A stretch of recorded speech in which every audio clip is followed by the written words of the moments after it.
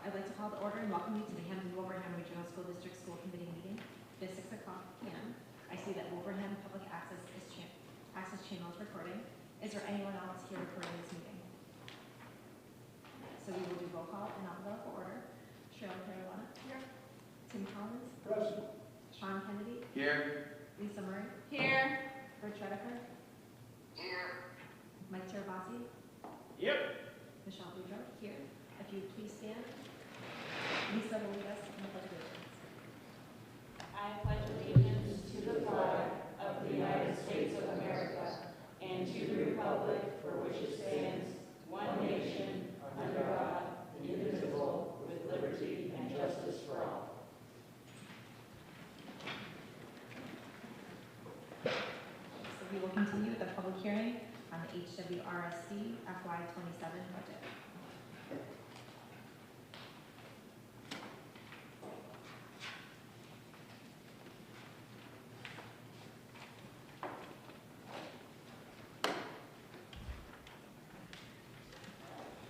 I know the purpose of this meeting is to hear public comment on the budget, but there have been some changes since the school committee last considered the budget, and so I want to make sure that everyone is fully informed so that they can make their comments in the light of the newest information. Let me just begin by saying that I'm standing before you tonight with an extremely heavy heart. In my 15 years of being a superintendent, I don't think I've ever seen a budget that's as horrible as this one, and is going to do as much damage to a district as this one. Last week, as you know, we met. I had offered 31 different strategies to address what was a perceived budget gap between our needs and what we felt could be supported by the towns. You didn't approve all of those changes. If memory serves, the changes in section 10 of that strategy document you rejected, as well as 7D. So as you had asked, we went to meet with Hampton Advisory on Monday, and first we presented our initial budget, which is what we really need. And was told that that is not supportable. In fact, I think if my math on it is correct, the original request would exceed the entire taxing capacity of the town and the new growth. So we presented the strategies that you indicated at least some willingness to go to at the last meeting. And we're told that that amount was not supportable. The overall effect of the changes that you indicated some willingness to go to last week would be to take the assessment for the operating budget for Hampton down from just under $1 million to about $650,000. We got some indication at the meeting that something more in the range of $500,000 might be the limit of what they could do,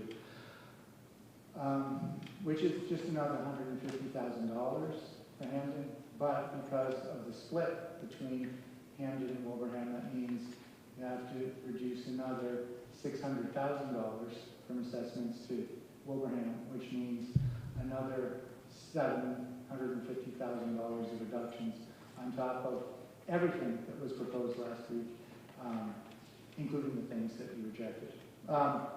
So right now, it's about a $2.2 million gap between what we think we need and what we think will be supported. So our plan tonight is to go through some additional thoughts we have about addressing that gap. And we have this up in split screen format because our thought is I'll talk about each of these changes to the budget, and then Doug can show you how that shows up in the version of the budget you have in front of you. This is a different version of the budget than you've seen before. Not only are the numbers different, but you'll see that in the columns to the extreme left, from the perspective of the document, you have the difference between what we had originally asked for and what's included tonight. Also, you have a code that corresponds to the strategies that we had talked about in terms of the different ways of producing the budget. So, first thing we did, if you would advance the other deck, Aaron. Not that one, the other side. You can just click the down arrow.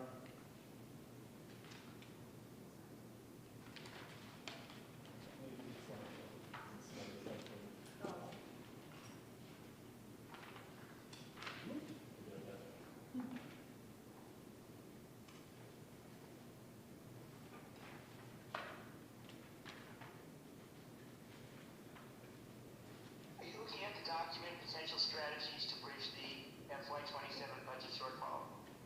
We are, and we are on, I'm not sure what slide that is, but we're on the second of the new slides. And Aaron, can you just put the budget back up on the other side of the screen? Okay, good. So the first thing we did was take a look at whether we could refine any of our budget projections.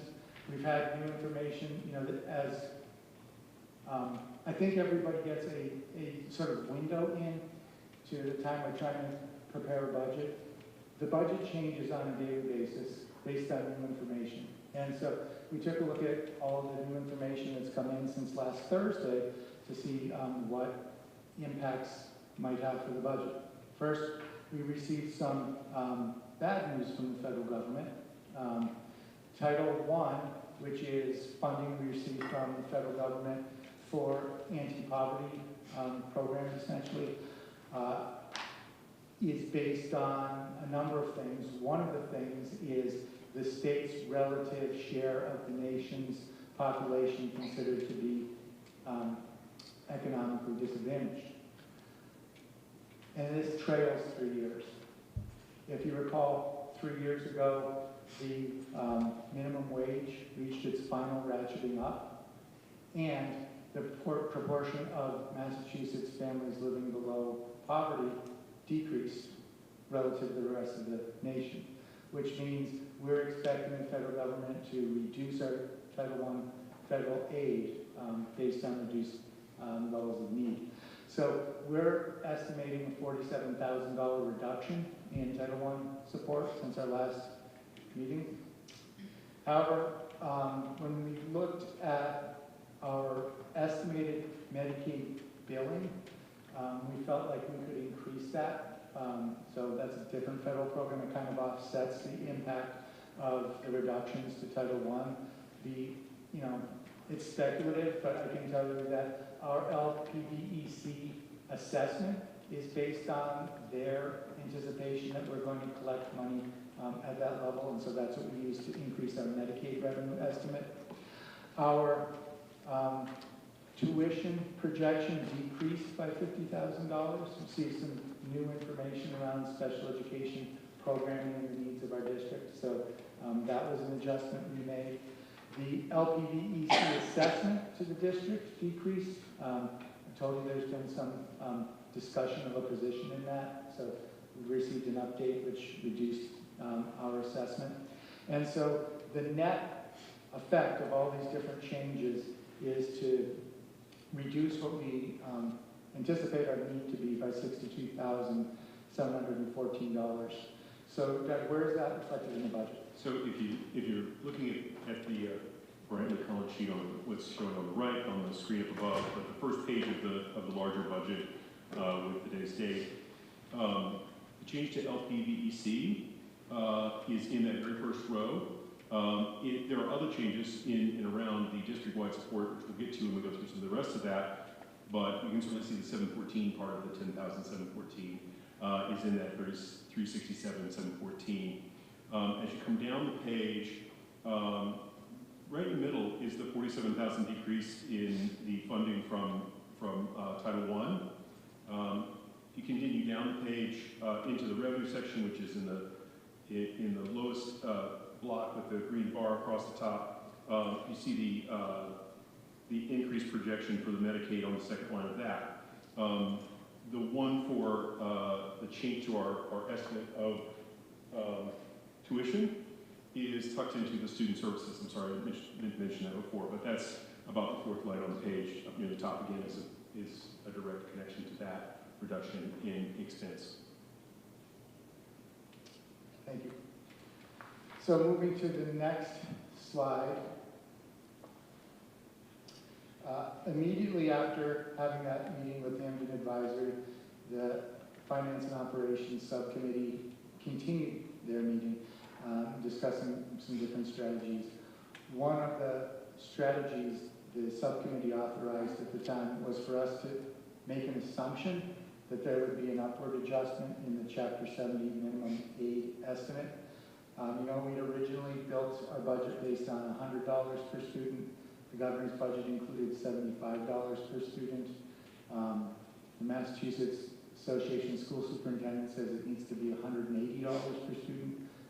So we decided that we would go with an estimate of $150 per student, with the contingency that we could backstop any shortfall between where it ends up and the $150 with increased E&D funds.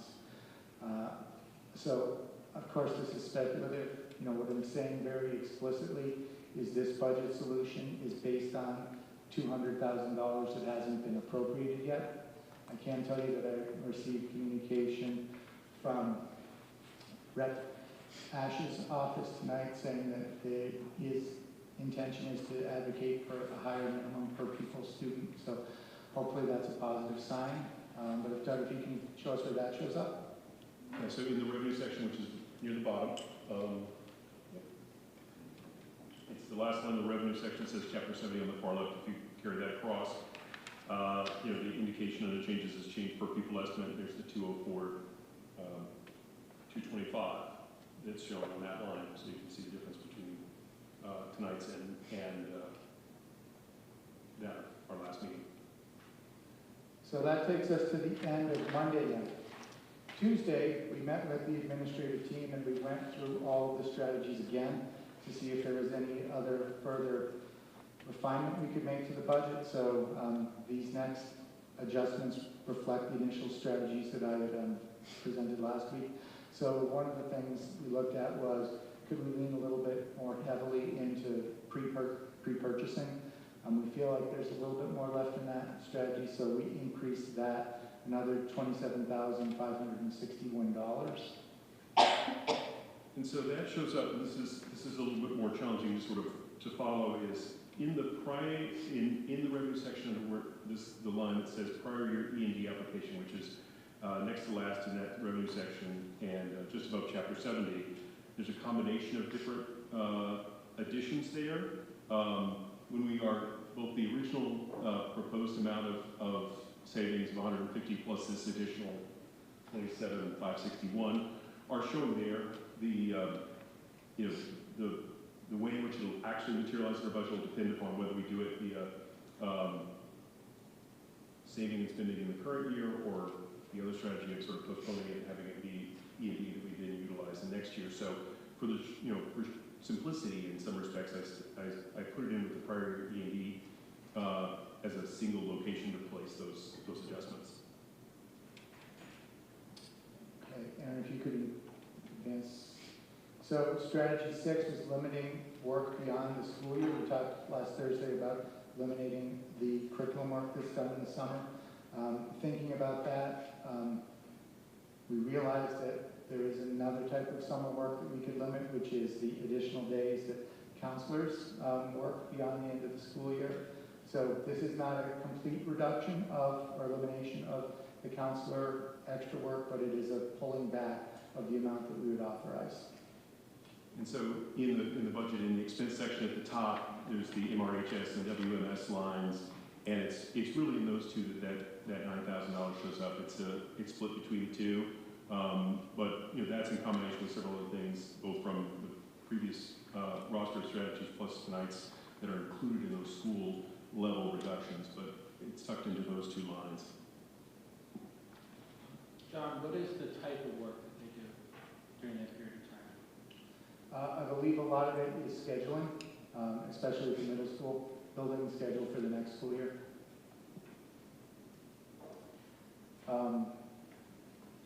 Strategy 7, Aaron, was our attrition strategy that's leaving positions unfilled. In discussions, we realized we have another position that's currently vacant that we feel we could leave unfilled. That is for a night custodian at the high school. So that's where we would do the savings through attrition, although, you know, we may do some readjustment of staff to help with the shortfall that will leave us. That's right. And again, that shows up in the MRHS line as far as where it's being put into the budget currently. Again, as we work through the details of how to actually work within our budget, we'll potentially shift that savings across multiple schools. Okay, so then moving on to strategy 10, I think the most painful one of all, additional staff layoffs. So I should say that this budget includes the layoffs that were not authorized by the school committee last week. So all of those ones that were in section 10, but this one adds to those. So it's 3 high school PE teachers, a Mile Tree teacher, Green Meadows teacher. I guess I will say, if there's anything positive at all, one of the things that we would do in combination of this is take one of the cuts off from last week. We'd originally talked about decreasing 6 sections at the high school of different subjects yet to be determined. So if we did this, we would no longer need to do those reductions. But it is an additional 5 teaching positions. So the other thing I'll note about this, these will show up in each of the different schools as reductions there. So one of the things that's challenging at this point to determine is these kinds of reductions kick off a cascading set of choices based on seniority, staff licensure, et cetera. So the material change may not be explicitly and wholly within, say, the high school budget. At present, we're sort of showing that reduction completely within the high school budget, but where that actually fully manifests itself will be perhaps in other schools. And you may see that, you know, when we sort of find those final adjustments, that some schools may actually go up a little bit because they're inheriting someone with a higher salary and then lost someone with a lower salary. But the net effect of the total budget is what we're presenting here. If you could advance us to strategy 11. This is cost avoidance for benefits. Last week we were estimating about $45,000 of benefit savings due to reduced personnel. If you have less staff, it means you have less staff who qualify for benefits, so your benefit costs go down. Because we would be adding additional reductions of staffing, we have an additional cost avoidance of their benefits, and so that savings is another $15,000. And that shows up on the second line under benefits and insurances, and so the total reduction there between the previous grouping and this grouping is a $60,000 reduction, which you see on that line. And then strategy 12 is a new strategy we're talking about, which is just reducing supply and technology expenditures. So 2 things here. One would be to reduce the supply items for the high school and middle school. If you ask why not any of the other elementary schools, the reality is the elementary schools basically don't have any discretionary funding for materials and supplies. Just purchasing the required district curriculum is 100% of their budget. So there's nothing really that can be cut from that. The reduction in technology purchases of $90,000 would be changing our replacement strategy for Chromebooks. Frankly, it would be making that strategy worse, which I do with some trepidation because I know there are already concerns about the status of Chromebooks in elementary schools, especially in Stony Hill. But at the end of the day, I'd rather have an extra teacher or two than 30 or 50 Chromebooks. So this is $102,500. Right, the materials costs are in the MRHS and WMS lines, the reductions there. The change to the purchasing of the Chromebooks is in the first line under district-wide support. So just go to the final slide, Aaron. This is where we stand now, and in my view, it's a disaster. You know, we're talking about a nearly $2.3 million reduction from what we think we need for a level service budget. That's with reducing everything else, reducing the buses and everything we talked about before that we didn't even put into this formula. Reducing staff, which is inevitably going to result in increased class sizes, less attention for students. The one other thing maybe I'll just leave you with is this potential one-pager for our roundtable next week.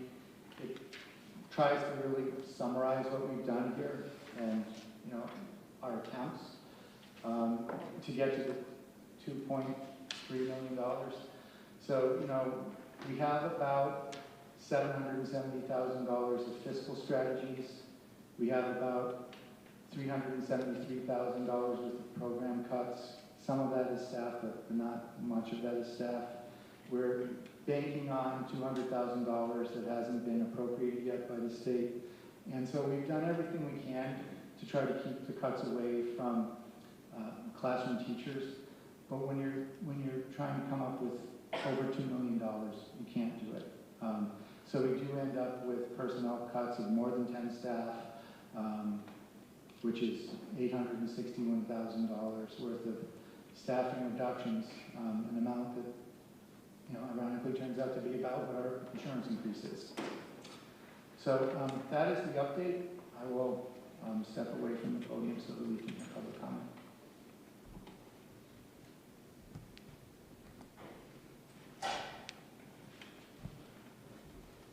Do we have opportunity for us to ask some questions on this ourselves?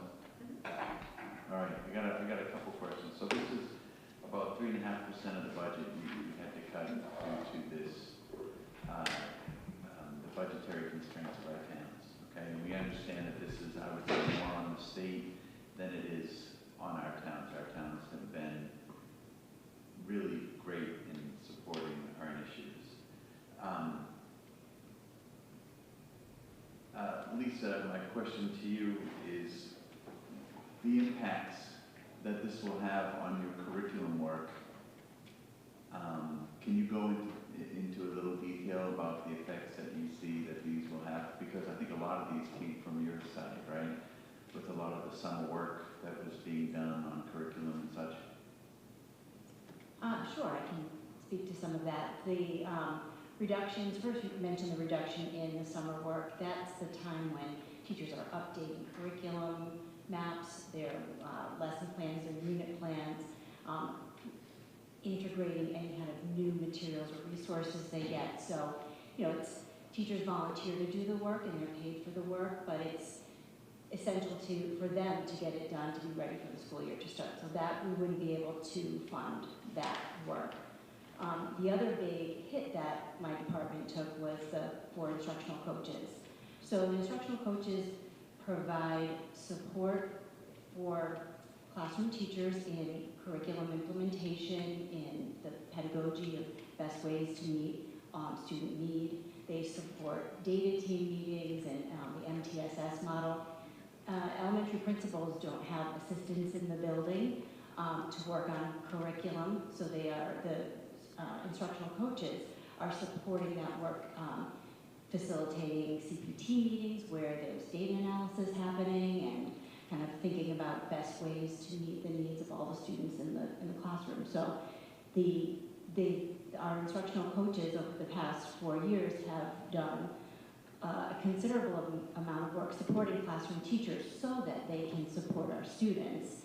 And with the new literacy curriculum and the math, so that is a significant impact across all of our elementary schools. That I don't know how we would be able to support all of that work, even if we were to ask, teacher leaders to step up, which we have many teacher leaders who support this ongoing work. They wouldn't be able to do it on top of all of the classroom demands that they would have. And then we would be faced with, well, are we paying them to do extra work? Then it's an expense that we don't have the money for. Losing those 4 instructional coaches is a tremendous hit to my department and considerably limits the amount of curriculum instruction work that we would be able to do moving forward. Josh, would you mind if I asked you about what these cuts will be doing to your department? So in terms of direct cuts to special education, we've seen reductions primarily in our tuitions, and that is because of changing needs of students. I think that the impact that the coaching reductions would have on special education students is our coaches this year have really helped support professional development for our special education teachers around reading and math IEP goals, and really sort of tying those to skills as opposed to in sort of the building blocks that they need in order to become lifelong math and reading learners. And so I think that some of that support and work and availability would be reduced. We have not, at this point, seen direct reductions to staff in special education across the buildings, which is hard. It's hard to make any reductions in those areas because so many of them are tied directly to IEP services. But I do think that we will feel the ripple effects, as everyone in the district will, for any of the reductions that are being proposed. John, if I can ask you specifically, what does this do to the libraries and the resources that we have available to students through all of our buildings? Well, as you know, we're in a deficit situation with libraries as it stands. We don't even have a library in the middle school because of overcrowding. We have students, we have several classes happening in there. This budget will impact the one strategy we had to reduce some of the overcrowding at the middle school, so that will become more exacerbated. So I think that it will just prevent us from making any progress at all on that.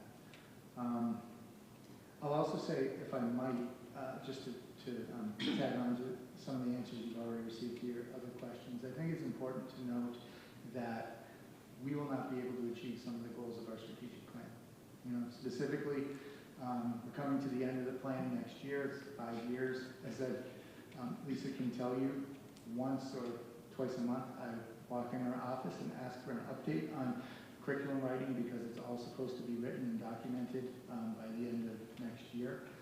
We've done ELA, we've done math, we've done health and physical education. We have done a good start, I would say, on science, but there's a lot to be done that isn't going to be done. And what about the Innovation Career Pathways for the 8th graders? That program for the 8th graders is now out because of the budget cuts. I'm hoping that we can still get students in there for 9th grade and such like that, but what comments do you have on that? Well, it's disappointing to me. I mean, the ICP model is a model that I really believe in. As you know, we have an application that's out there right now. One of the comments that Mr. Collins makes quite often is that it's important for kids to have some opportunities for hands-on learning experiences. I would say that I see that maybe as a little bit larger, which is it's important for students to see the relevance of what they're doing. Every kid from grade 6 on up asks their teacher, why do I have to learn this? And you need to have a much better answer than it's going to be on the test. So if you can tie it to some kind of interest kids have, then you're dealing with the core motivational issue, which helps with behavior, it helps with everything. And so, we are losing that for one of our grades. I'm happy happy that we're keeping it 9 through 12. You know, the program was designed, and the ICP is, the state looks at it as a 9 through 12 program, so we'll still be able to maintain that and grow that, but, you know, there is a loss of the ability to do that with 8th graders, and as I said, that was a strategy that was helping middle school out to a certain extent with its overcrowding. And the last thing my last comment on this is, I have spoken many times, as many people around this table has, about the technology part. Like we need to let parents who can purchase computers for their students and have them come in here. I told, oh, there's a software issue, there's a protection issue. I think we need to instruct our team to figure it out because we are going to be in dire need. I know my son had several issues this year in 8th grade with his computer, and last year as well. And it's just, you know, if the parents who can help a little bit, take a little pressure off, we need to find a way, and that's something we need to discuss later as a committee, but I just want to throw that out again as, like I said, at this point, it's really anything that we can do, any dollar we can save is important. That's all I have at the moment. Thank you. I just had one question on on section 7, so the cost reduction for attrition. You had mentioned the first one, which is 7A, facilities and maintenance administrative restructuring. I remember last week you had mentioned a nighttime position, but then I think it was another one that you had mentioned tonight was also, that's an additional position, so there was a shift supervisor. That's And correct, then those are there's two an separate additional, positions. I just wanted to confirm that. Thank you. I had a question as well. The committee knows that I'm a teacher in a different district.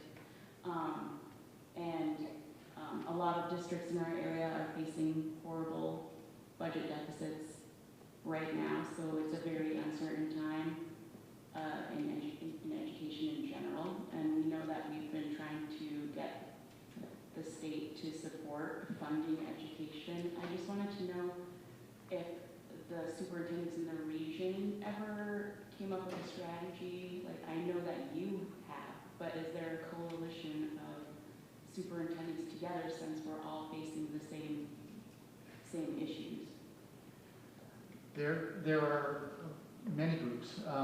Probably the largest group is the one that has been organized by MARS, the Massachusetts Association of Regional Schools.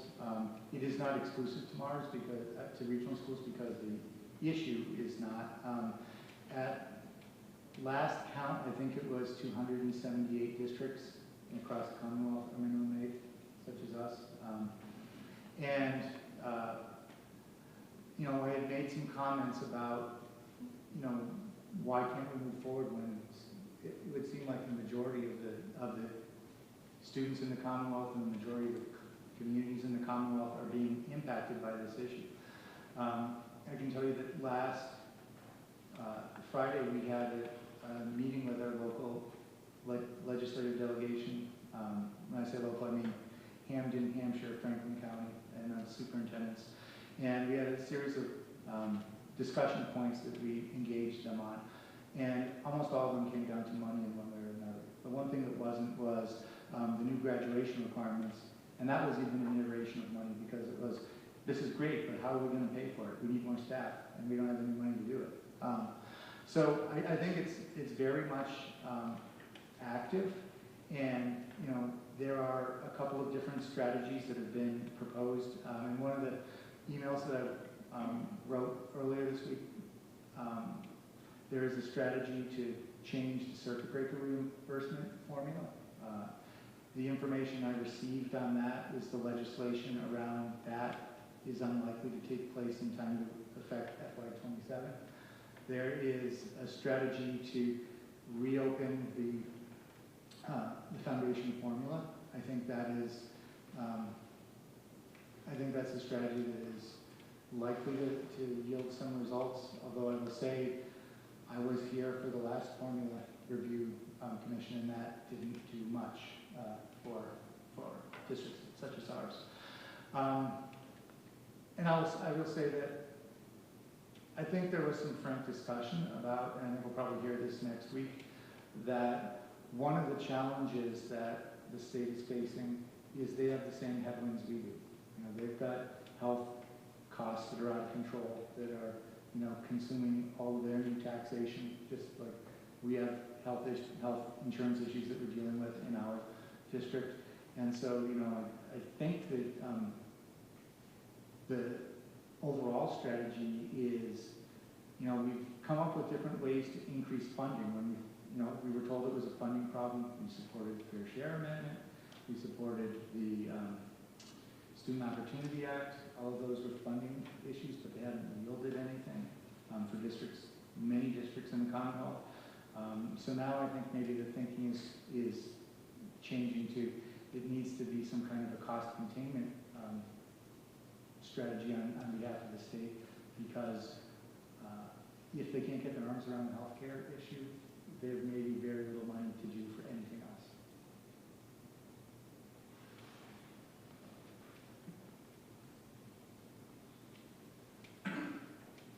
From the immediate conversation, I think there is another strategy. 2/3 of the school districts in this Commonwealth are in the same shape we are. It's time for us to get together, like the Gateway City did in the mid-90s, and sue the Commonwealth of Massachusetts, because obviously they're not taking care of 2/3 of the students in our public schools. And you'd be surprised when you get the lawyers involved, that many school districts. We may not solve the problem. It took years to get it to the point, but when it got to the point of the Massachusetts Supreme Court, they ruled in our favor, quoting our Constitution of the Commonwealth that says the governor and the legislature should cherish public education. Well, to continue to fund public education largely for communities like ours on the property tax is not fair, it's not equitable. And we need to be beating the drum on that. And quite frankly, in the earlier conversations, there isn't a single decision that you offered up that is good for the school district. You know, I don't want, 3 years ago, I went to the meetings where we started building the strategic plan, and I brought up the issue of hands-on learning. But I didn't just bring it up because I wanted kids to be exposed to that. I brought it up because as a middle school teacher for 25 years, I saw how it helped me get kids interested in mathematics. And that's a difficult thing. Anybody who's ever been a math teacher, first thing you hear out of kids, oh, my parents were never good at math, I'm not good at math. But they had cooking. They learned how to make a dish for 3 or 4. They had 5 or 6 people in their family. They wanted to go home and cook it for them. So I brought up the subject of ratio and proportion, and they learned it because they wanted to learn it. And once you know ratio and proportion, percentage becomes easier. And there's dozens of interconnected learning styles that fit right in with the academic and the music and the science and the art. We're not educating the whole child anymore. You know, I've been at this for 50 years, advocating for kids all over this Commonwealth. And it's time for us to show our disgust. You know, we heard people for the last 3 months come here and say, I came here because of the reputation of the education of the school district. Well, the reputation isn't going to last forever if we don't start supporting these kids. I know we can't do it purely on the property tax, but in the incident, we need to step up. Quite frankly, I am not going to vote for a budget that has cuts. I would rather see us go to town meeting, both town meetings, and present a budget that doesn't have everything we want, but doesn't have cuts. We can't be moving backwards. That is not our job as school committee members. We have to be advocates. I'm sorry. Thank you, Tim. I think we all. You don't need to apologize. I was waiting to make comments. Sure. A couple of things I wanted to say on this. You know, I know we keep pressuring them to rework the formula of you know, it doesn't have to be that complicated for aspiring legislatures. You know, if they just kept the minimal aid per student, if they just kept that up with inflation, even that would make a difference. Wouldn't bridge the full gap, but it would make a difference, because there's been several decades of complete neglect of keeping the minimal aid up with inflation, right? So there's a lot of back pay. So the minimal aid for students, should probably be, you know, closer to $500 per student, right? You know, but you know, we're like, you know, we're hovering in some limbo land between 75 and 125 per student, you know. The other thing I wanted to say is, you know, we're bashing the state, which is quite appropriate, and I'm bored with that. But, you know, I also kind of feel like the Scandic Valley Board kind of let the towns down, the schools down, you know, when they, you know, I feel like there were opportunities to rework insurance plans and available options that I think nobody likes to see, but in reality, any business has been doing for decades. You know, I work for a hospital, and all I've seen over the last 10 years is my co-pays go up.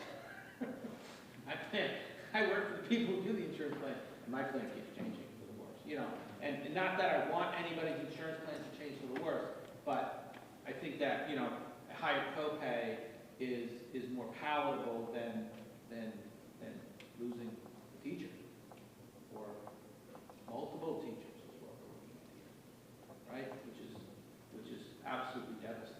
I mean, there's so many horrible things here, right? You can't go through and nitpick stuff. The one thing I do want to say, I guess, as part of my public comment is, right after you kind of listed it, and this wasn't prompted by the listing, the cutting of the strings program in the middle school that we just got. I've had parents just spontaneously make comments to me about how amazing this is, which, you know, which hits me even harder, right? Because I played violin back when I was in school, right? So, you know, it's kind of hard to nitpick things, but I'm wondering, I don't know, you know, if there's something we can dig out of the pile and say, you know, maybe we can do this. I mean, we've got, you know, that's a cost of $35,000, so maybe we could work that back. We do have well over 300 students in the school district involved in the strings program.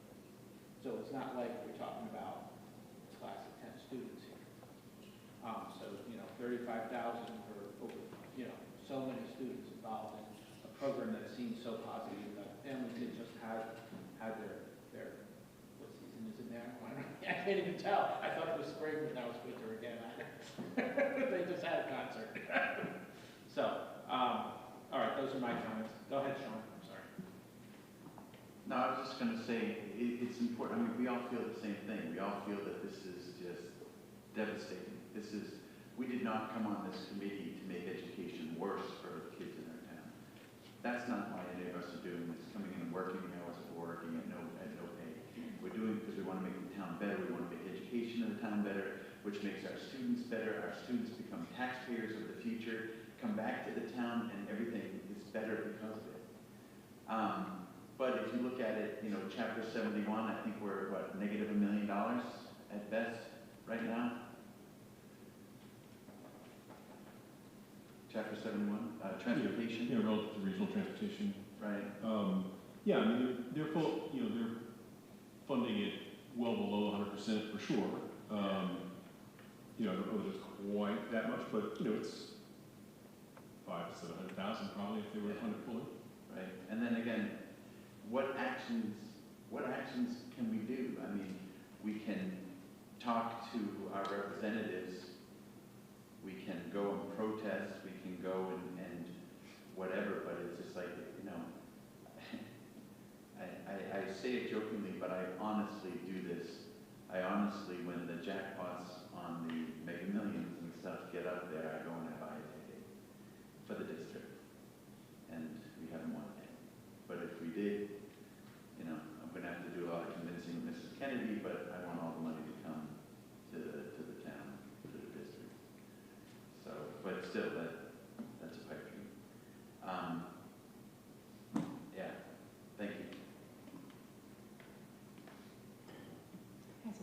for public comment. Is there anyone here that's interested in making public comment this evening? Okay. If you're interested, if you would just, you can come and stand at the podium. Just press the button, make sure you see a green light come on. And if you could please state your name and your affiliation with the district. Thank you.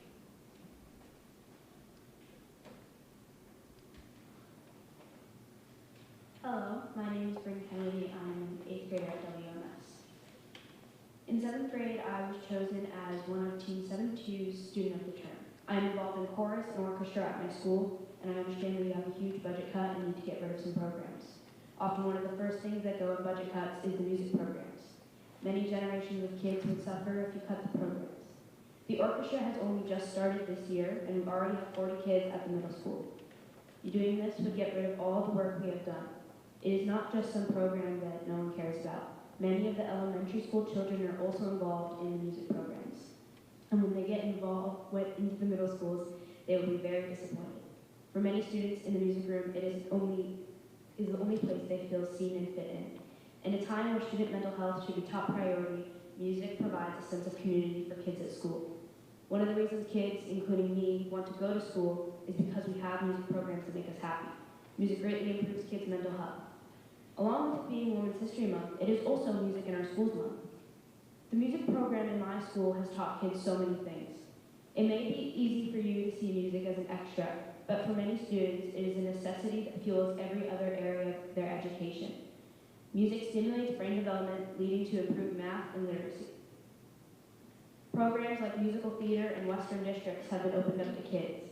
Western Districts is a program where the best students in Western Mass can participate in a chorus, orchestra, and band. This brings kids from all over the state together. The only way you can participate in this program is to be recommended by your teacher. How will be recommended if we don't have a music program? I have the confidence to speak here because of music. Music is a huge portion of mine and my peers' lives. Some of you may think music is not important, but I largely urge you to reconsider. Thank you. That is all. Thank you. Thank you. Is there anyone else that's interested in making public comment this evening? I love watching the kids come up with their phones, but my eyes don't work. I'm sorry. So good evening. I want to speak about the $2.3 million budget reduction proposed for fiscal year 27. First, I want to acknowledge something very important. The people in our schools will do everything that they can to protect students from the impact of these cuts. Our teachers, paraprofessionals, support staff, and school leaders are deeply committed professionals. They will continue to work tirelessly for the students. Oh, I just lost it now. Sorry. Now my mouth. I can't. They're on your head. No. I'm still too old to not use a mouse. I can't use the trackpad. Sorry. My apologies. But I also want to say something that may be a little uncomfortable, and I apologize. I'm wondering where the outrage is. Where is the advocacy? Where is the organized collective voice demanding that the Commonwealth fully fund public education? If we were proposing to eliminate athletics, tomorrow night, this room would be full. There would be organized advocacy, passionate testimony, and a level of urgency that would demand change. This committee authorized the school district to engage in a lawsuit with the MIAA over 40 students not being able to participate in a game. Yet we're discussing millions of dollars in reduction to the core of our educational system, and the response feels muted. These reductions make our school district weaker. They reduce opportunities for students. They increase pressure on staff and force difficult decisions that no community wants to make. But the truth is, this problem did not start this year. For the 20 years I've been an employee of this district, educators have been asked to do more with less, and because of their dedication, they have done exactly that. They have stretched resources, absorbed additional responsibilities, and continue to show up every day for our students. And ironically, it is that very dedication that has become part of the problem. Because educators continue to hold the school system together, the larger structural issue never gets the level of attention it deserves. Regional school districts and districts in Western Massachusetts face unique financial pressures. At the same time, communities are being asked to rely heavily on local property taxes to sustain public education. This cannot continue. We need to organize and advocate together, not just as individual towns, but as regional school districts and as Western Massachusetts as a whole, to demand that the state fund education to the level our students deserve. Public education is not optional. It is not a luxury. It is a constitutional responsibility of the Commonwealth. Our students deserve fully funded schools. Our educators deserve a livable wage and sustainable working conditions and class sizes that allow us to capitalize on the excellent professional development that Josh and Lisa ran for us just yesterday. Our communities deserve relief from the growing pressure placed on local taxpayers. The question tonight is not only how do we respond to this year's reduction, the question is whether we are willing to raise our voices collectively and demand something better for our kids. Thank you.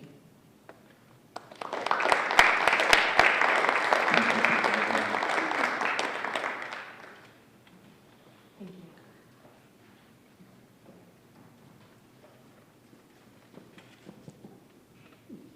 Hello, my name is Emma Pluta. I'm the general music teacher at both Sewell Road and Stony Hill schools. I started my life here in Wilbraham. I went to school in Wilbraham, obviously. I went to Sewell Road when it was, in the other model. But anyway, I started my life here, and one thing that really made me who I am today is the music program in this district. I started playing bassoon in middle school when I was a little bit weird, okay, like being a bassoon player. I don't know if you know about bassoon players, but we're always super fun, super cool. I also met my husband here in town. He ended up moving away and then coming back here. I own a house in town, and I think that the string program being cut is absolutely devastating in any way. The string program and the music program are such a positive part of a student's day, and there are many students that truly thrive in the music program here. I can say that because I'm one of those students. And I came back here because I truly believe in this district, and I believe that we can do more with the music program.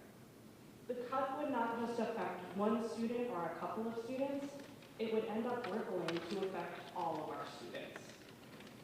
And music is essential for students. I just strongly encourage you to reconsider making any cuts to our music program. Thank you so much.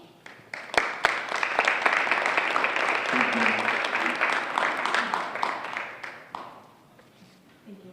Is there anyone else interested in making public comment this evening?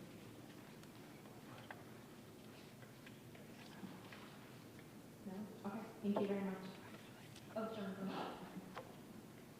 There's a question that was posed earlier. I think it was kind of a rhetorical question, but now we've heard several comments about it, and so I will just offer this to the school committee for their consideration.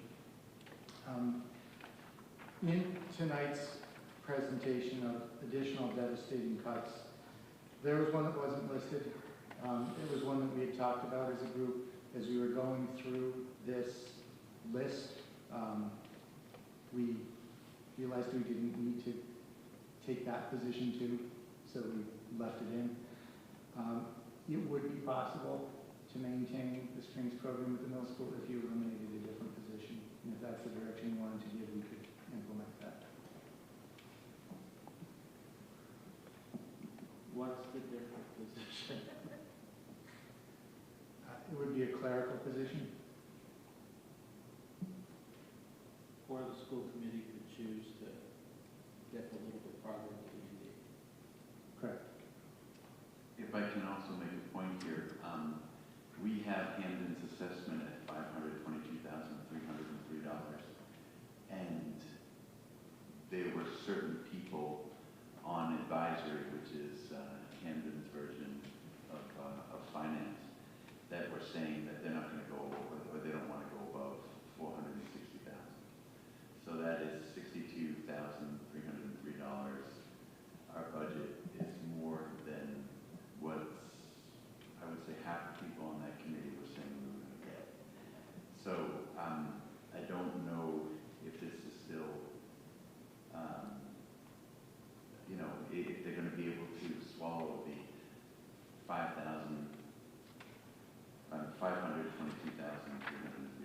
that we are going to propose. So the only hope that I have is that the strings program will continue after school. But if there is anything that we can do, I'm just going to say we've got to be careful because there could be another $62,303 coming our way. By the way, from Hamden, which multiply that times 4, that's another $250,000 that we're going to have to, plus the 600, so it'll be about $300,000 that we're going to have to cut if they don't come up with this $62,000. So what I took away from the meeting in Hamden Advisory was that they haven't finished their budget, and they don't know for sure how much. And I think that they would like us to only assess them $460,000. And I think there's no way that they could have handled an assessment of $650 or $900 where they started. But I think that where John and Doug have taken us, I would hope. My hope would be that out of respect for how deeply the school district is now gouging its abdomen out for cuts, that Hamden would respond to that by bridging the gap in funding at 525 assessment. So one other thing I'll point out to everyone, and this is a bit of a subtlety because it was in our sort of first round of reductions, was to use the capital stabilization fund to fund one of the items on the capital plan. And so how that shows up in here is a little unusual. It doesn't show up as much in the parts you've been looking at. So if you look at the very last section on this page with the sort of summary of the budget, if you look at the last section where there's capital, and I demonstrated this capital in the same way I did the rest of the budget, because the reduction of that project, that $160,000 for the boiler heat exchanger here at the high school, by using capital stabilization, it takes that off the capital ask, and so the assessments for capital go down, and so Hamden's capital assessment relative to where we started the other day is down another 31,512, which you could, it's indirect, but it still has a material impact on the assessment for the town. So that takes that 522 down another 31,000. Now that doesn't get all the way to the point John was making with 460, but it does get it below the 500 a little bit.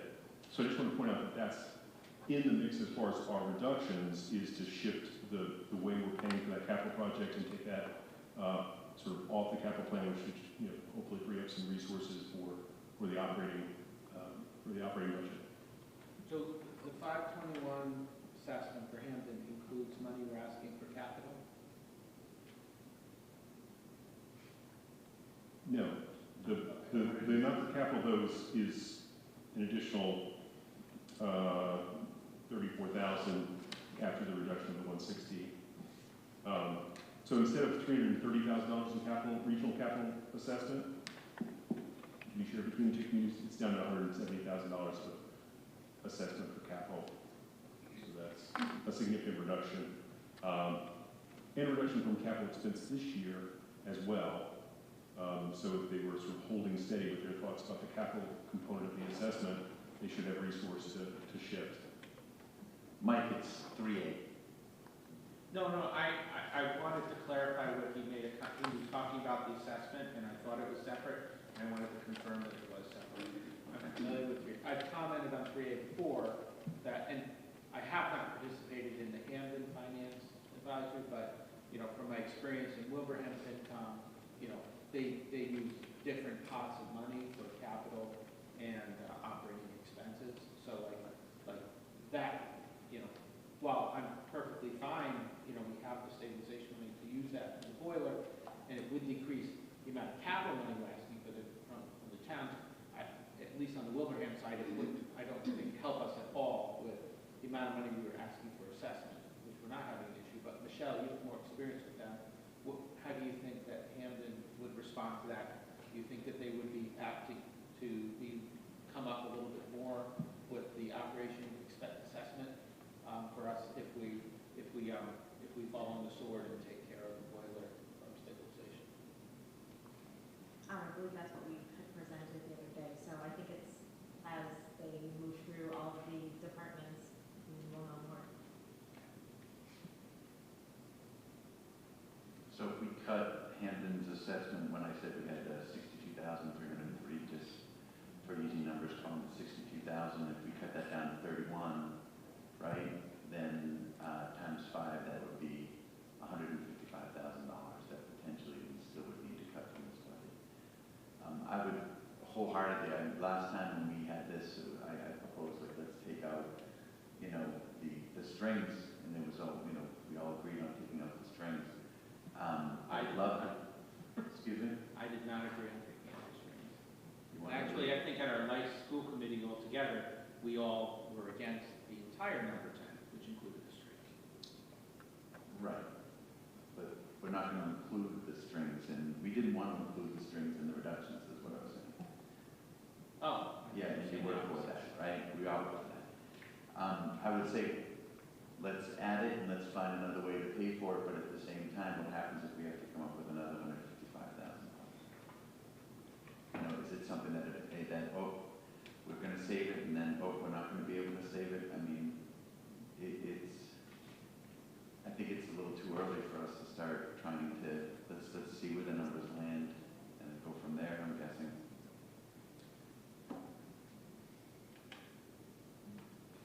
Just sharing my own thoughts on that. I know this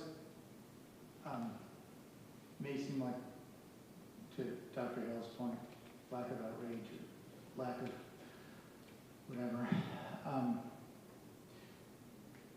But one of the things that was said at that meeting was, well, you have to go forward, you have to do a budget for your public hearing because, you know, you have a timeline you're under, but I'm hoping the conversation can continue after that. I'm hoping we can say, we can talk, but we can't cut anymore. I mean, 2.3 million is gutting this district. So, and that'll be my statement to the, you know, maybe it's another $250,000 we have to cut, maybe it's another 150 we have to cut. And I don't mean, you know, this is not to point a finger at any community. Everything that's been said about property taxes is true. And I don't mean to sound defeatist, you know, but I'm thinking about so many other budget cycles I've been through. I remember standing before City Council President Dwight saying, there's got to be a change to the formula coming. If I can just get this district through one more year, you know, I'm just trying to preserve the core so that we can continue functioning. And he said, that's a great hope, but you're the 5th superintendent who's been standing before us saying that thing. You know, it's been inevitable. As Dr. Hale says, it's been going on for decades.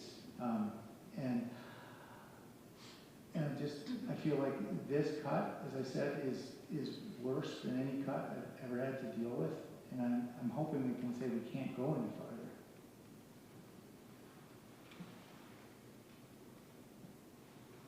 I'm willing to say we can't go any farther. I can only imagine what Tim's about to say. No, actually, I wanted to get a little bit into the educational weeds here because I agree with everything that's been said, but in the public speak out, a lot of people are advocating for certain programs. Well, we kind of slid right past a very important program, and that is the further education of our educators. Now, back in the day, and I spent 25 years as a middle school teacher, we had department chairs, and then there was a citywide curriculum committee, and they would meet, they would discuss, they would bring it back to the schools, share it with their staff, and there was a loop. And when you're introducing new curriculums, that loop is extremely important. When teachers are moving from one grade level to another grade level, when you have new teachers coming in, there's a wealth of knowledge. But teaching, when you're classroom teaching, it's a very isolating situation. And they do appreciate sharing their knowledge and learning from one another, and it helps them be better teachers. And we just kind of eliminated that with nobody advocating and saying, hey, you know what? That helps these people do their job. That's one of the reasons people look at this school district and say, it's a good school district. These teachers know what they're talking about. You know, they're not licking it off the grass. They are, you create the structures with the limited resources that you have being this small.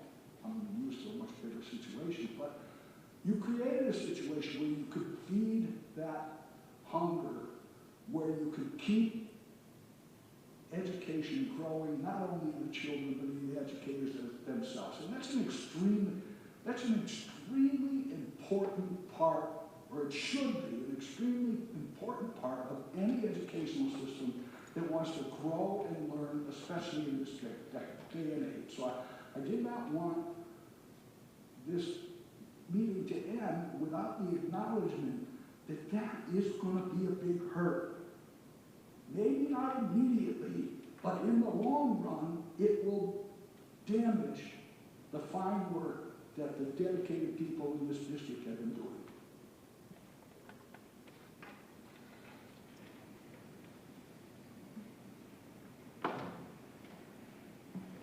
Tim, thank you for highlighting that again, because I think it's important for people to know that you're always learning as a teacher. You're always getting better at your craft. Curricula changes, expectations, students change, and you need that support of your colleagues to do the very best for students. So cutting huge chunk of the cutting out the instructional coaches, cutting out the curriculum coordinators at the middle school just decimates the work that we've done. It will really put a stop to our alignment work, which we know is really important. We hear that from teachers all the time.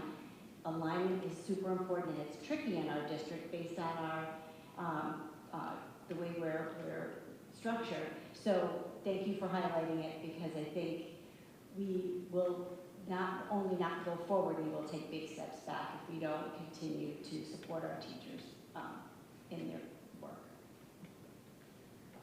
And I think it actually will be in the very short term. 10 days from now, the district review will come to our district. Many of the standards talk about how the district supports its instructional coaches and how those instructional coaches support the teachers. And we'll be saying we're cutting all of ours.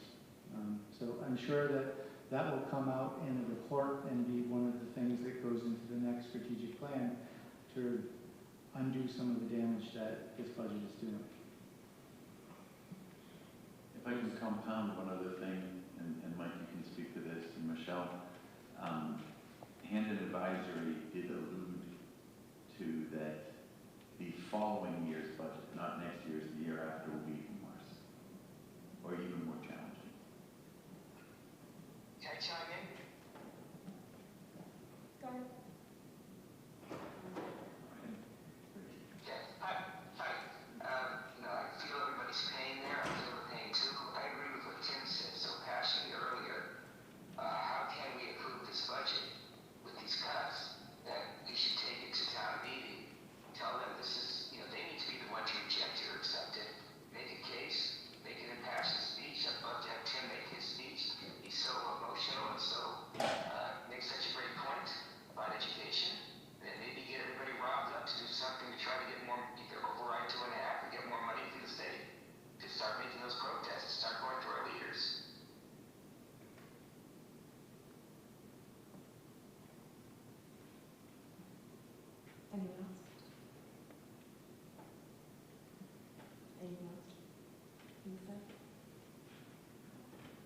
I'll do one last call to anyone else interested in making public comment this evening.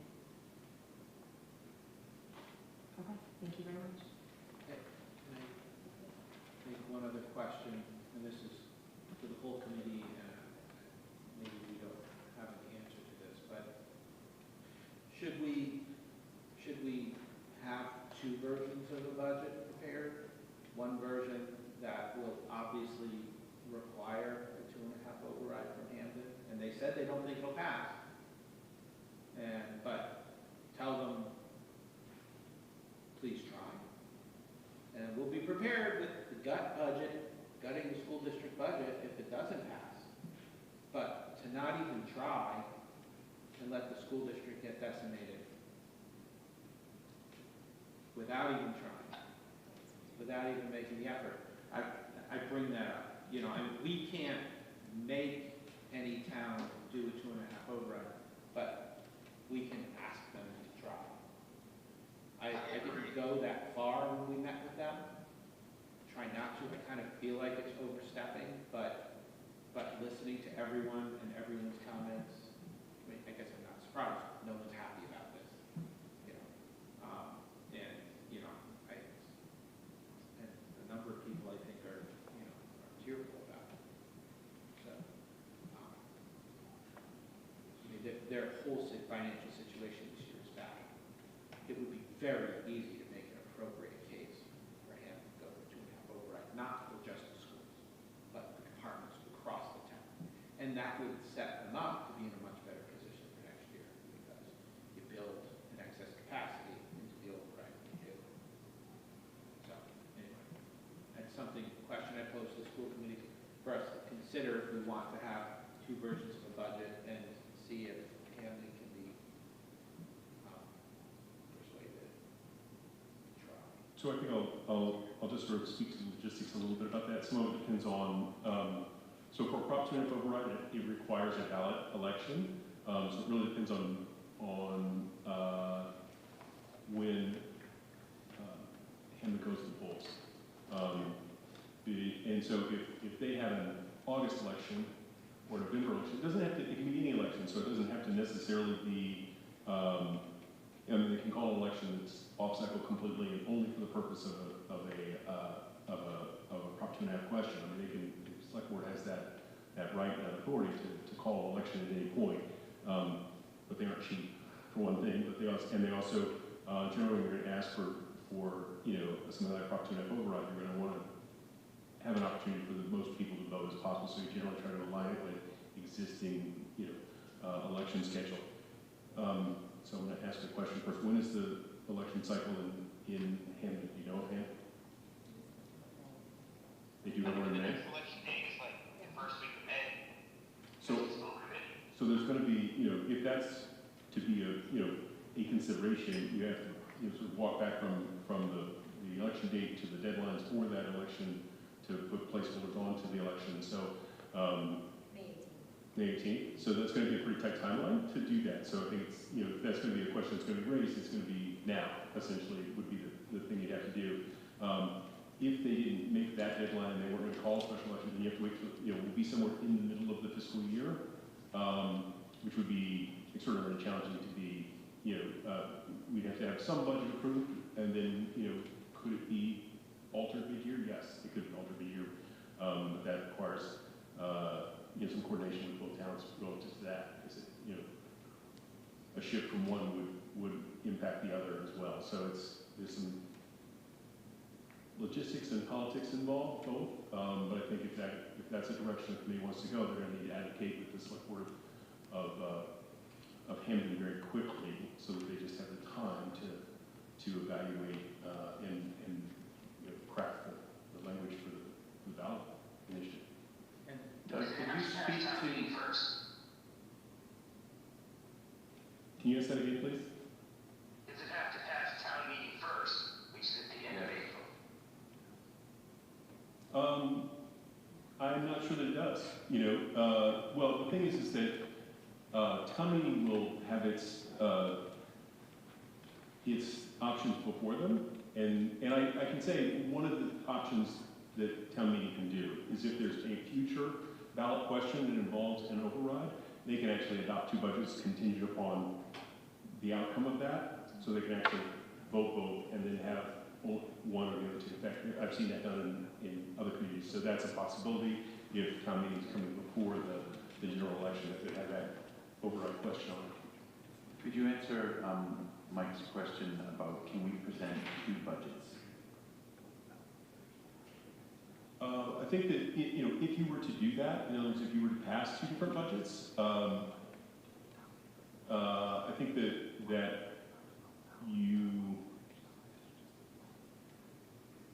I'm just trying to think about how that would work relative to the warrants for the town meeting. You could potentially have two, but it would have to have whatever the contingency language is.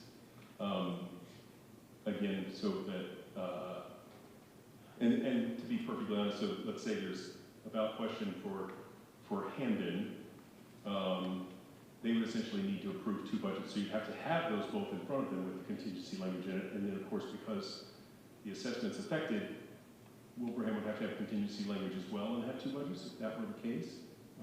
We'd have to, sort of discuss with council and, warrant council for the towns about how to get that navigated. I think if you're not talking about a contingent on a ballot, question for override, I'm not sure that you could bring forward two different budgets. You just sort of put one out there, and then of course if it fails, or we'll do what we did literally last year, which was to adjust a component of the budget or components of the budget to meet funding, or we don't, and then there's a whole process around trying to get to a resolution on that.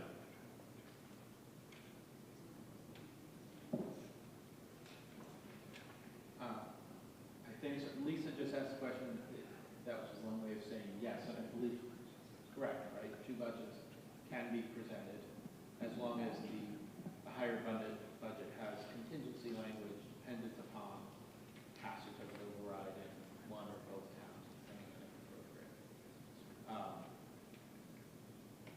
Because, the other thing I'm thinking about is I also heard from him in advisory that we're expecting the next year to be really hard too. John's pulled $2 million from the budget with many undesirable sacrifices. There's not going to be another $2 million coming from the budget next year. If the same thing happens again next year, we're not going to be able to do anything to help him. There's just not going to be that in the budget. So the question is, do they want to try to spread it out? Do they want to try to do it this year, or just plan to do it? That's what I tried to do last year. Plan for it next year, and have enough time and put up a capital stuff. But you know them a lot better. I guess we'll look at it. I think. I see many long lists already. What do you think of this? What do you think of this strategy, Mike? Does this work for you? What if we propose the first budget or a version of the first budget, the one that we had before these changes? Okay. Can you clarify which before From last week's budget without any before of the we ever extras? proposed any cuts, okay? Let's say that some cuts that you can make in here that aren't hitting teachers or programs or something like that. What if you readjusted that budget with the $150,000 per student, such like that? Redid that budget. What if we proposed that budget? Let it go to the towns and hope that the towns say, all right, we can meet that, or we can meet close to it, whatever we can get, and then whatever cuts short, then we can start applying these. At first I was thinking, to be respectful to the towns, because, the towns want the schools to be funded. They want the schools to do well. But unfortunately, there's only so much money in the till. So I guess we can go to them and say, here are all the cuts, approve this, or we can go with something towards what Mike was saying, which is, all right, here's our initial budget with some cuts and such in there. We can propose this and then see what they can come up with that way. But then again, it also risks, is that a slap in the face when they are telling us that they don't have the money for us to still come and ask for that money, that's, you know, these are real people and these are real positions that are gonna get cut, but then also you have to look at the people in the towns, that if they raise taxes and they do a 2.5 increase, there's gonna be certain people that live on fixed incomes and stuff that are gonna have to come up with another $600 or $900 per year, maybe they can't afford it. So this is all real, this is all about people, this is not just money, this is not just a position, these are teachers, educators that have worked hard, and then there are also the people in the towns that are struggling as well. I think it's hard. Yes.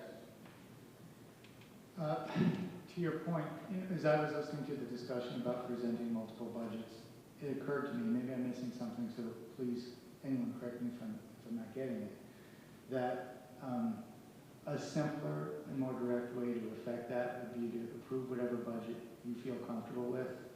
If it fails in one of those towns, then that automatically triggers your reconsideration of the budget, and then you could make additional cuts from there. And that's what we typically do. That's the way the budget process has worked in the past. Right? Correct. I don't think we've ever gone to town meeting and had the budget not pass a town meeting. We got really close 2 years ago. But Last year did not pass in Hampton. Correct. the school budget? Last year, the school budget did not pass in Hampton. Because of the Kubota. Oh, the capital. I'm thinking operating expenses. Yeah. So, yeah, it's one budget, but yeah. Yeah. I would like to move that this school committee submits a budget to town meetings, both town meetings, that meets the needs of our students. So if it's going to be level services, it will be level services. Anything short of that, we're not doing our jobs as far as I'm concerned. And I have no illusions that this is going to pass. Who showed up here tonight? How many people in both communities know how dire the situation is for our students? Town meeting is our chance to start educating the citizens of both towns that we got to support these schools. If you want your property values to be maintained, if you want, as the older folks move on to more comfortable places to live, and younger folks start looking for homes, you want them to want to be here. It's our job. No one else is going to be the advocate for this. We need to go to these town meetings, even if it fails, and I don't have a lot of hope that it's going to pass because we have a lot of work to do. We're all too close to this. We all know what the hurt is going to be. I doubt seriously if there's 10 or 15% of the citizens in both towns who know and feel it like we do. We're close to it. We care about this. And we've got to show the people in both of these towns that we've got to start moving. Maybe we're not going to get it fixed this year, but we're never going to get it fixed unless we start saying this is wrong. We can't shortchange the children in these towns. Is there a second? We can't vote on it. We don't have it on the agenda. This is the public hearing. The vote is next week. But we can certainly make recommendations to, as I think many of the members have been saying, going back, I guess, 2 versions of the budget before any of the cuts were included. And Yep, that budget is actually in front of you. If you just take out the reductions, you're back to the original budget. So do we want to put forth the 2 budgets, or do we want to put forth one? And then depending how much the towns can give, then we can go make reductions as we need to make reductions, as we are being forced to make reductions. Where are we putting the onus? Is the onus going to be on the towns, or is the onus going to be on us? I don't want to enrage certain peoples of certain towns with us coming to a budget that they've already told us that they can't support. If we, I think for simplicity's sake,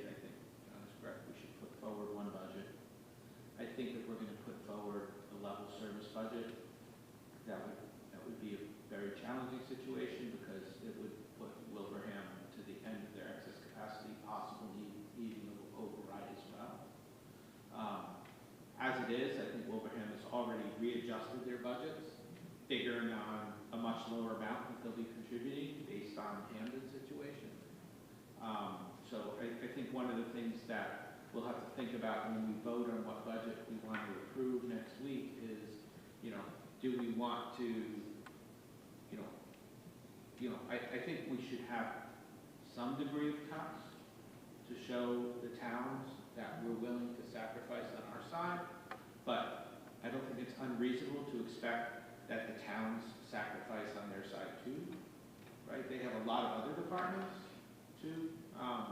So, I mean, I think that's something we're gonna all have to decide next week when we vote. Do we wanna do the level service budget? Do we wanna do the $1.4 million cut version, or the $2.2 million cut version, or something in between? And then that is a formal ask of the towns, and then see what happens. But I think you're also right, Tim, and I don't think that there's. I think we'll be lucky if a 525 assessment passes in Hampton, which is $2.2 million cut budget.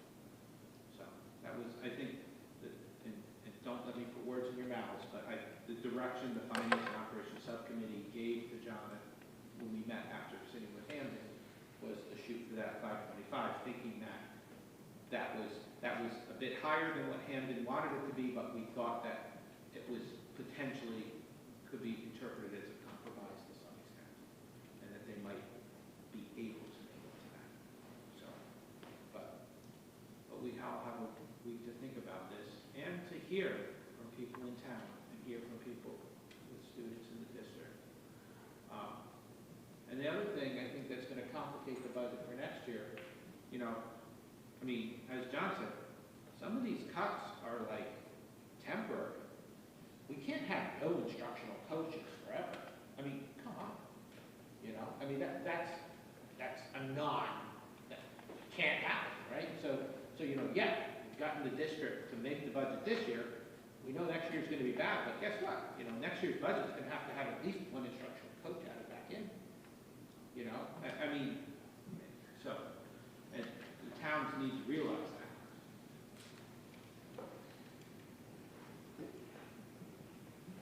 Do you need anything else from us? I think we have a public comment. If I may, through the chair. Sure.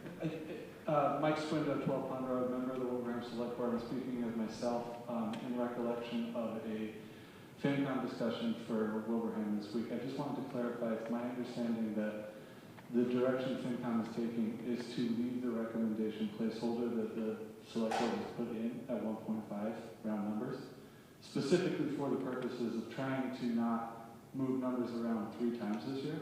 So I just wanted to clarify that I don't think there has been no action taken by the Finance Committee to adjust according to a presumed reduction. But more intentionally, no adjustment has been made at this point in order to allow the numbers to play out as they may. So just for clarity for the committee. Thank you, Mike. I guess the last thing I have to say is that I think that if we took the original budget from a few weeks ago and we brought that towards the town, it would be a disaster. We would need to have some kind of cuts. We need to have some kind of, like I said, Wilbraham, their choke level is the 1.5, 1.6 million, and we're asking them for, or we were asking them for what, 3? So I think we got to sharpen our pencils and try to come to somewhere between this and where we were, but there has to be some cuts. I think there were some cuts that were identified as you went through the list last week, things that you could do that would not be as impactful. For instance, I think it was the purchasing strategies, not, certain stipends of non-existent clubs that no longer run or sports that no longer run. Those are kind of easy things. If there are positions that are no longer needed, not filling them, if it's not going to be detrimental to, the district or said department, I think those are easy things that we should be looking at doing anyway because it's responsible. So I think there were some things that you had reviewed last week that I'm sure you would be able to make those projections. Keeping away from the students as much as we guess what I would say is, at this point, I think we've brought forward more than 40 different potential cost-saving options. The way I could imagine that meeting going is we could put together another tracker, everything numbered, and you could tell us which cuts you want to make and which ones you want us to stay away from. And then that could be our budget that we vote on and that we develop. We might need to have them as a deck of cards so we can shuffle one with the other back and forth.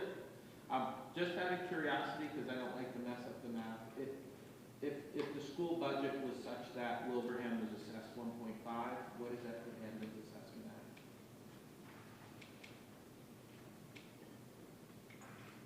I used to know that number, I don't right now. I'm sorry, Jeff. You know, I think it's probably an increase of like 700 or 750,000, because it was just shy of $1 million when it was, you know, 2 and change for Wilbraham. So I think that's very rough and partly from memory, but I think it's in that kind of ballpark.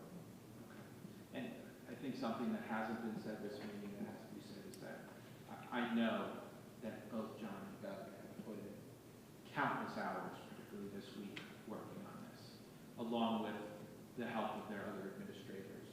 And I mean, this is definitely not, I think, what they would ever imagine that they wanted to be spending countless hours doing. I think they would rather be spending countless hours coming up with new programs for our talented students and teachers to work on together. And so I thank you for spending so much time doing something that was so distasteful, for lack of a better word, although respectful in that the way that you worked so hard to protect the teachers and the students from as much impact as possible. So thank you guys.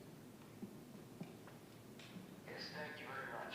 Great job. Okay, so we're going to continue with new business, school choice seats. So we're going to invite Dr. Hale. Okay. Are you coming? Oh, do you want to? You don't have to. Oh, we have one. Okay, we'll invite you up to answer questions then. Sorry. Just that I support Dr. Hale's recommendation. Are we looking at 30 or 35 students? You He's want looking the at range? The range? No, that is the range. Do we have a number in there that we settled on, or are we just approving the range? The idea is to give some flexibility. So it could be up to 35 with this vote. Motion to approve? Second. Can I amend to make the 35 40 spots? Let's give the roof as 40. And it's up to you to decide as educators if you're going to use all 40 spots. I saw on that 30 seats, 35 students. It's really the same number. Correct? The seat and the student is the same. A seat and a student is the same, that's correct.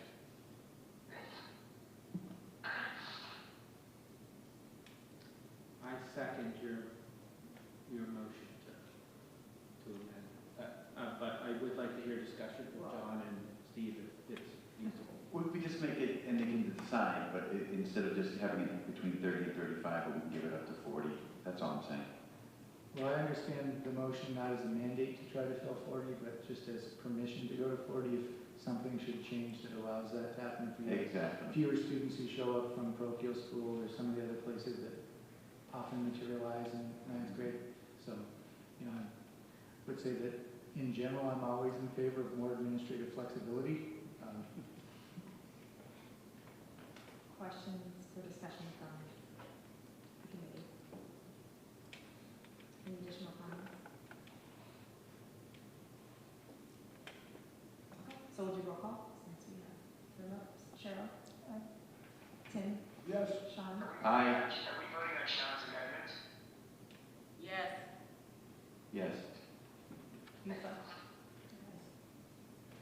Rich. Yes? Yes. Mike. Mike. Yes. Yes, yes, yes. Michelle, yes. Motion carries 7-0. Thank you. I move the question as amended. Is there a second? We just amended, we voted to amend it. Now we got to pass the amendment. Second. Questions or discussion? Okay, so roll call. Cheryl? Aye. Tim? Yes, Sean? Aye. Lisa? Yes. Rich? Aye. Mike? Yeah. Myself, aye. Motion carries 7-0. Thank you. So we'll move on to the consent agenda. Make a motion to accept the consent agenda. Second. Questions or discussion? Roll call, Cheryl? Aye. Tim? yes, Sean? Aye. Lisa? Yes. Rich? Yes. Mike? Yep. Myself, yes. Motion carries 7-0.